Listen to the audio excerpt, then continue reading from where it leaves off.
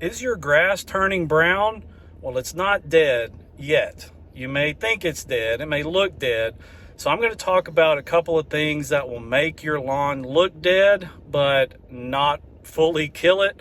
And maybe a couple of things that will actually kill your lawn. So let's talk about some things that you might be seeing right now, specifically in Bermuda grass. So one thing I'm starting to see right now is armyworms, fall armyworms. This is Bermuda grass right here, but this particular yard has a patch of zoysia here. So this is the main sign here that they're armyworms that are turning the grass brown. So they typically don't get in zoysia grass. You may see them crawling around in zoysia. There's one there, but they typically will just kind of test it out and then move right back into the Bermuda grass. So if you have Bermuda and it's starting to turn brown like this, we're toward the end of August right now. So if you're in the South, start checking for armyworms. And I just showed you one in the video there, but I just sprayed this yard with some insecticide, so they're probably all curled up and dying right now. I'm trying to locate a couple. I actually saw about 100 of them as I was spraying. But anyway, armyworms are out now and they will feed on your Bermuda grass. But I'm talking about whether or not your grass is dead. This grass is not dead. It's really brown. It may look dead, but it's not. So armyworms will only feed on the green part of the grass blade. So there's one right there. So they'll feed on the green part of the grass blade until it's all brown, and then they'll just move on to the next yard. One of the reasons they're called armyworms is that they move so fast. They'll usually just damage the lawn before you even have a chance to call your lawn company or get an insecticide and spray it. So they'll move in within just a day or two and turn it brown like this, and then they'll just move on to the next yard. So there's the neighbor's yard. It's also Bermuda grass. Of course, there's a driveway separating them, but they'll make their way over there and feed on that Bermuda grass as well. Hopefully not, since I just sprayed an insecticide here. But unfortunately, armyworms don't eat weeds. They'll leave the weeds behind. So it would be great if they did feed on the weeds, but they just prefer Bermuda grass. There's one right there. That's an armyworm.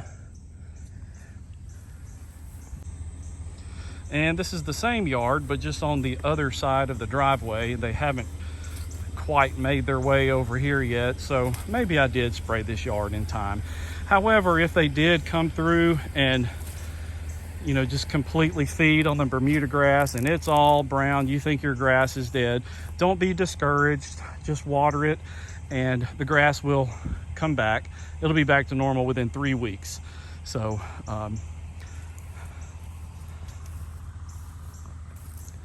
so people tend to overreact when they see armyworms, and they think their grass is dead, but they don't feed on the roots of the grass at all. So it's really not as detrimental as you may think it is.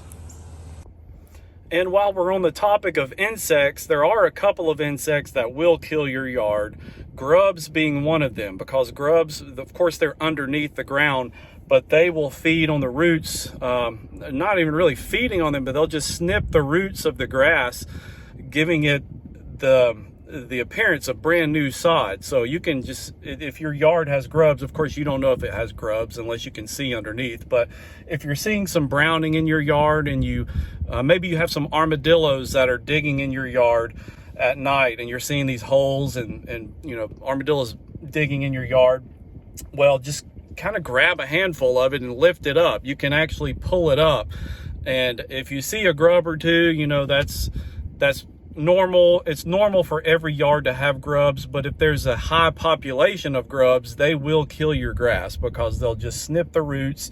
And then, of course, in the heat of the summer, that grass is just sitting there with no root system, and then, of course, it'll die. So the first sign of grubs is a varmint or an armadillo, something digging in your yard, and you'll see the holes. You'll know if you have an armadillo digging. You know what that looks like.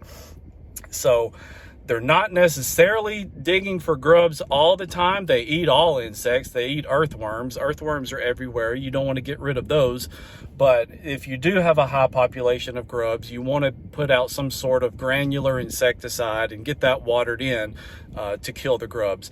Another insect is chinch bugs. I have a video on chinch bugs and how to identify those and how to maybe do a soap flush or a water flush in a small portion of your yard to allow them to come to the surface, because those are hard to see. Chinch bugs are very tiny. They're the size of a gnat, smaller than an ant a lot of times. So chinch bugs is another insect that will kill your yard. Typically, you'll just see those in zoysia. Speaking of zoysia, I want to show you this other yard. So here we have a zoysia lawn, and I want to show you what zoysia grass looks like when it has a lack of water in any sort of drought-like conditions.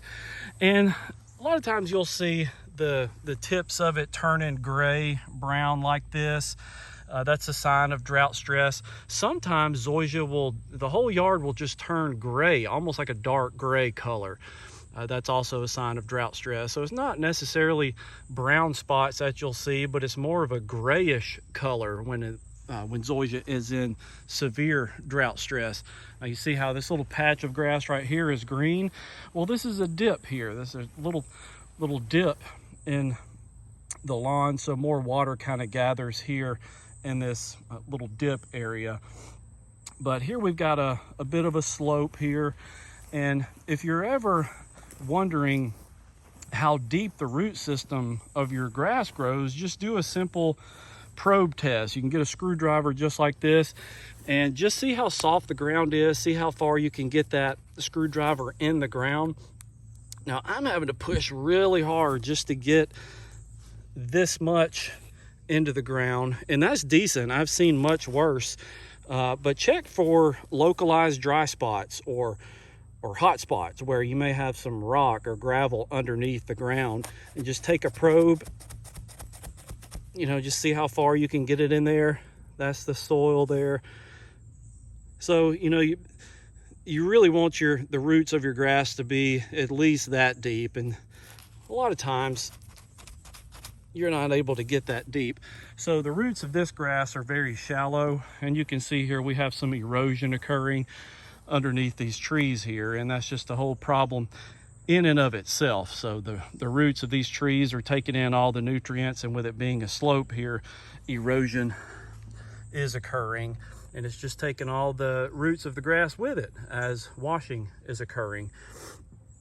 But my fear is that all of this gravel that you see here is just underneath all of this lawn, and we see a lot of this in Alabama.